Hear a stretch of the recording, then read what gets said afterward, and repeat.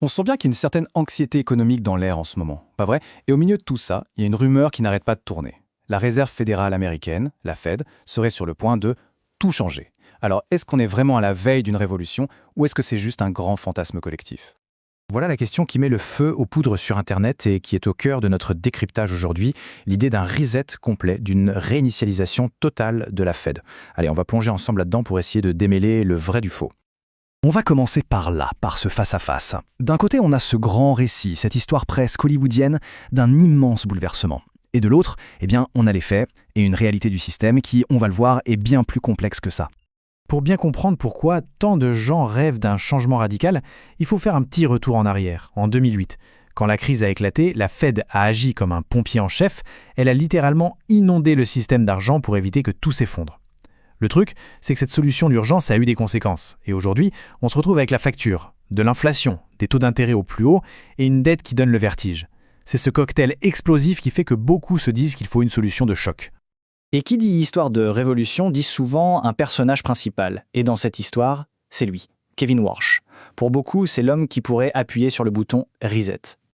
Alors justement, qui est vraiment ce fameux Kevin Warsh? C'est le moment de mettre de côté l'image qu'on voit en ligne pour regarder de plus près son parcours, le vrai. C'est ça qui est assez fou. Sur les réseaux, on le présente comme une sorte de rebelle, un outsider prêt à tout casser. Mais la réalité, c'est tout l'inverse. Kevin Warsh n'a rien d'un outsider. C'est un pur produit du système, un homme de l'établissement financier jusqu'au bout des ongles. Il suffit de regarder son CV. Ancien de Wall Street, gouverneur à la Fed en pleine crise de 2008. Il était littéralement dans la salle des machines quand tout menaçait d'exploser. Son job, c'était de faire le pont entre la Fed et les grandes banques.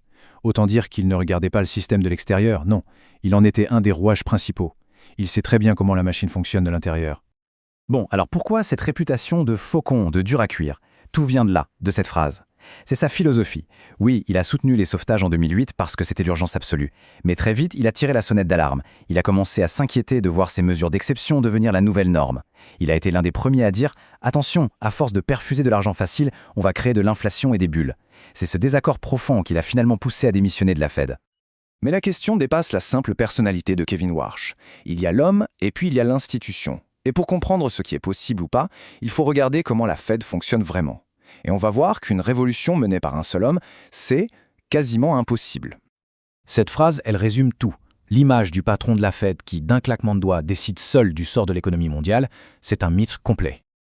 Alors, comment ça marche en vrai? La Fed, c'est une machine collégiale. Les grandes décisions, comme monter ou baisser les taux d'intérêt, ne sont pas prises par une seule personne. Elles sont prises par un comité, le fameux FOMC. Et dans ce comité, tout le monde vote. Le président a de l'influence, bien sûr, il donne le ton, mais à la fin, il lui faut une majorité pour faire passer ses idées.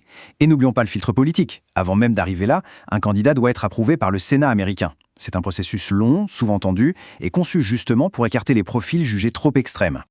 Finalement, tout le système est intentionnellement lourd, lent. Il est fait pour piloter un énorme paquebot, pas une petite barque qui peut virer de bord d'un coup. Chaque changement est graduel, discuté, voté, jamais brutal. Du coup, on comprend que le vrai sujet, ce n'est pas tant de savoir qui sera le prochain pilote. Le vrai sujet, c'est l'océan déchaîné sur lequel ce pilote devra naviguer. L'enjeu, c'est l'immense défi économique auquel n'importe quel dirigeant sera confronté. D'abord, il y a ça. La dette nationale américaine. Plus de 38 000 milliards de dollars. C'est un chiffre qui donne le tournis, mais surtout, c'est un poids énorme qui limite complètement la marge de manœuvre. Pourquoi? C'est simple. Chaque fois que les taux d'intérêt augmentent, même un tout petit peu, le coût de cette dette explose de plusieurs centaines de milliards. Ensuite, il y a le bilan de la Fed elle-même, presque 8 000 milliards de dollars. Ça, c'est en quelque sorte la cicatrice de toutes les interventions passées, tout l'argent qui a été injecté dans le système. Cet argent, il ne s'est pas volatilisé, il est toujours là et il pèse très lourd sur l'économie.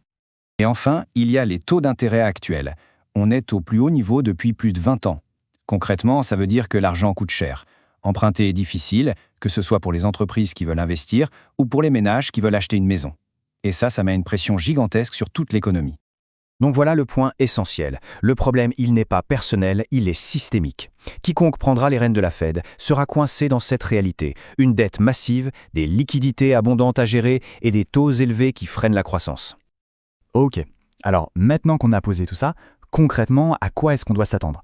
Loin des scénarios de fin du monde ou des promesses de miracles, voilà ce qui semble le plus probable.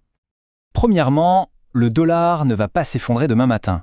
Il reste le pilier de tout le système financier mondial. Ensuite, les marchés. On va sans doute voir moins de folie spéculative. On va revenir à des choses plus terre à terre, récompenser les entreprises qui sont solides, qui créent de la valeur, plutôt que de parier sur le prochain coup de poker. Ce sera difficile à court terme, mais beaucoup plus sain à long terme. Et enfin, l'économie au sens large. Elle doit réapprendre à fonctionner sans sa perfusion constante d'argent facile. C'est un sevrage, et comme tout sevrage, c'est une période compliquée. La conclusion, elle est assez claire. Il ne faut pas s'attendre à un effondrement total, mais il faut se préparer à beaucoup de turbulences, de volatilité. On entre dans une période de retour à la réalité où tout le système financier doit se réajuster à un monde avec moins de soutien de la Banque centrale.